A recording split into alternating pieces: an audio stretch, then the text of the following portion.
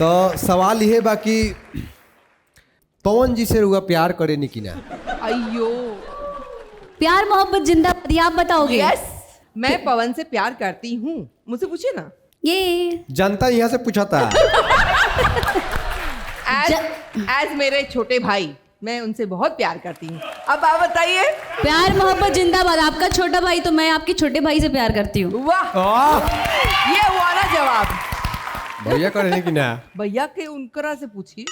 अब हम उनकर जवाब कैसे बताएं को हमरा से प्यार करेलन कि ना करेलन? तो रउआ करे नहीं तो रउआ नहीं पता होगी कि वह करे नहीं कि ना? प्यार दोनों तरफ से होखेला, प्यार मोहब्बत जिंदाबाद। बिल्कुल। तो मैं तो बहुत सम्मान करती हूँ, रिस्पेक्ट करती हूँ उनका और बहुत मोहब्बत करती हूँ। वाह। और ये मोहब्बत ही बा कि जब भी वहाँ का मुसीबत में खड़ा रहे नहीं, पूरा लोग नोटिस कैले बा और बोले ला लोग जहाँ भी न्यूज से लेके हर जगह रहेला कि जब भी मुसीबत रहेला तो रुआ वहाँ के साथे हमेशा खड़ा रहे नहीं। ये पर का कहे?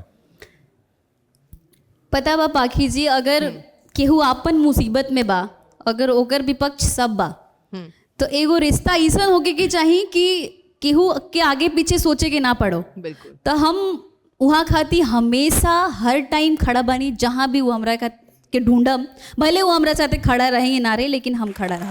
वाह। और वहाँ के साथ एगो मूवी कैले रहनी, हमार स्वाभिमान। अच्छा। जो ना में वहाँ के हम भैया के साली बनल रहनी। अच्छा। अंजना जी भी रहनी ओमे। अच्छा। तो हम उनकरा से प्यार करें, लेकिन वो अंजना जी से प्यार करे नहीं। रियलो में ऐसा नहीं कुछ नहीं केनू। तो ये बंदा बड़ा जज्बाती बड़न, जात रन अंदर अंदर घुसे तड़न। लेकिन हम बता दी कि वो मूवी में वो मतलब हम उंगरा से प्यार करे नहीं, उंगरा से प्यार करेला, और जब हम मर जानी तब उंगरा हमरा से प्यार होखेला। तो जब इंसान जिंदा रहेला तो केहू प्यार ना करेला, हमेशा नफरत करेला, बुराई करेला, पीठ पीछे बोलेला ना केहू से कुछ। और जब हाँ, ये संसार के नियम है कि जब केहू जिंदा रहेला, जब केहू सामने रहेला समझेला तो कर केहू मोल ना समझेला, महत्व ना समझेला।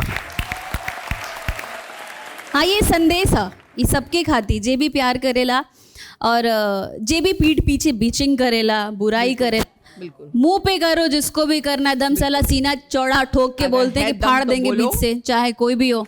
दम है तो सामने आके बोलो। सामने दम हो, सामने बोलो। आज दोनों आदमी हुए बा, एक आदमी कहला कि उड़ा दे, एक आदमी कहता कि फाड़ दे। चलो और कहिए। अखड़ा सही में कॉमेडी शो अखड़ा बन गई भाई। प्यार मोहब्बत जिंदाबाद। आप भी तो प्यार के लिए बहुत जिंदाबाद। कुछ किए। धिक दे मुँह के। ना वहाँ के प्यार अनमोल बा, वो हमनी के बुझे नहीं जाए। 2014 से जो जुड़ल बा, 15 से हमनी के कनेक्शन। नया लोग का बूझी पुरान चावल के का पुराना खीर ही तो, पुराने चावल का ही तो खीर बनता है भाई। नए चावल आएंगे जाएंगे, कितना आएगा कितना जाएगा, आपन वही रह जाएगा। चलो तो चलिए अब कैरियर पर आवल जाओ। और सबसे पहला बार जब रुआ फिल्म के ऑफर आयल हुई या फिर गाना कैले होखे, तो जब स्ट्रगल के दौर में रही, तब लोग के जौन इंडस्ट्री के लोग बा चाहे अपन लोग बा, ओकर कैसन रिएक्शन रहे रुआ प्रति, क्या व्यवहार रहे, और आज में का व्यवहार बा, तो में दोनों में अंतर कैसन बुझाला रुआ?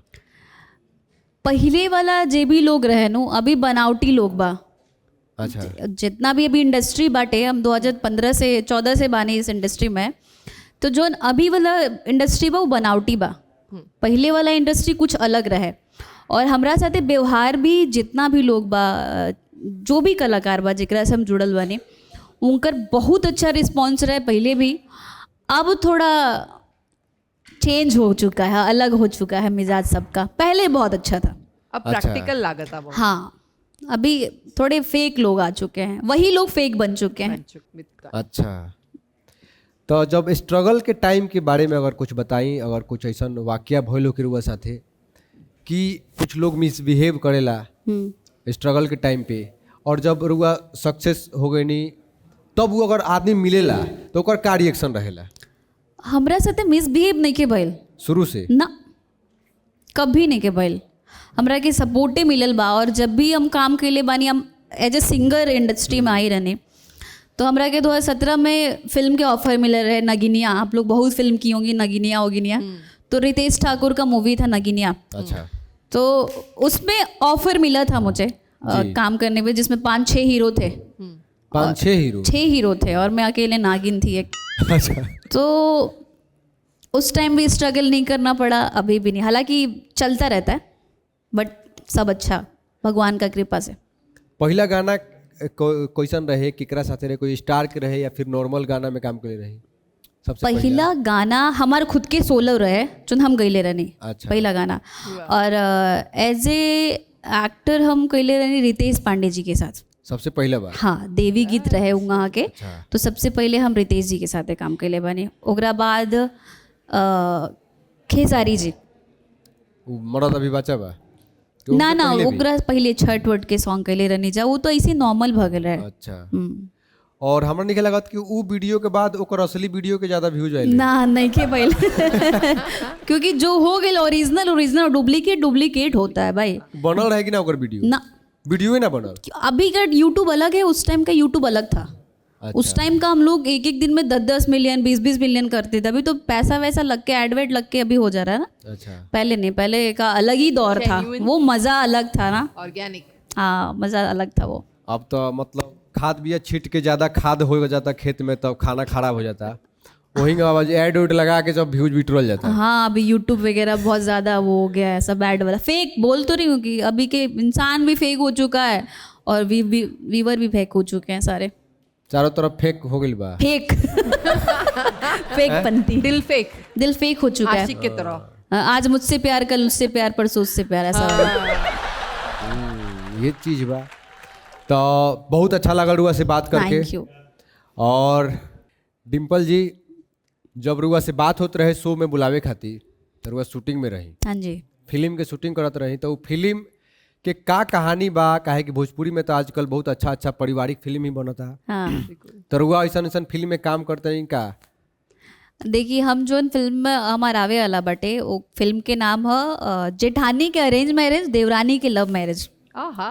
कहानी के जेठानी के अरेंज मैरिज, देवरानी के लव मैरिज। marriage। मतलब हमारा लव मैरिज होता, हमारे जेठानी के अरेंज मैरिज होता।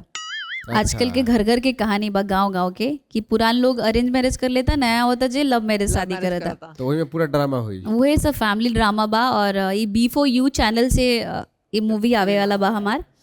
हालांकि और भी चैनल ऐड हो सकेला, पता नहीं, लेकिन हम पहले ही बतावते नहीं कि हमारा बहुत अच्छा फिल्म आवे वाला बा, जेकर नाम है जेठानी के अरेंज मैरिज, देवरानी के लव मैरिज। तो आप सब देखम जाओ, ढेर सारा प्यार देम जाओ, और बैक टू बैक आप लोग के देखे के मिली बहुत सारा अच्छा अच्छा गाना, मूवीज, और JP यादव शो। वाह। तब वैसा ही आवत रहे, बुलाते रहिएगा, आती रहूंगी मैं, रुआ फिल्म बनावत रही, गाना बनावत रही, या ये जो आवत रही, और सबकी जरावत रही। सबके जरा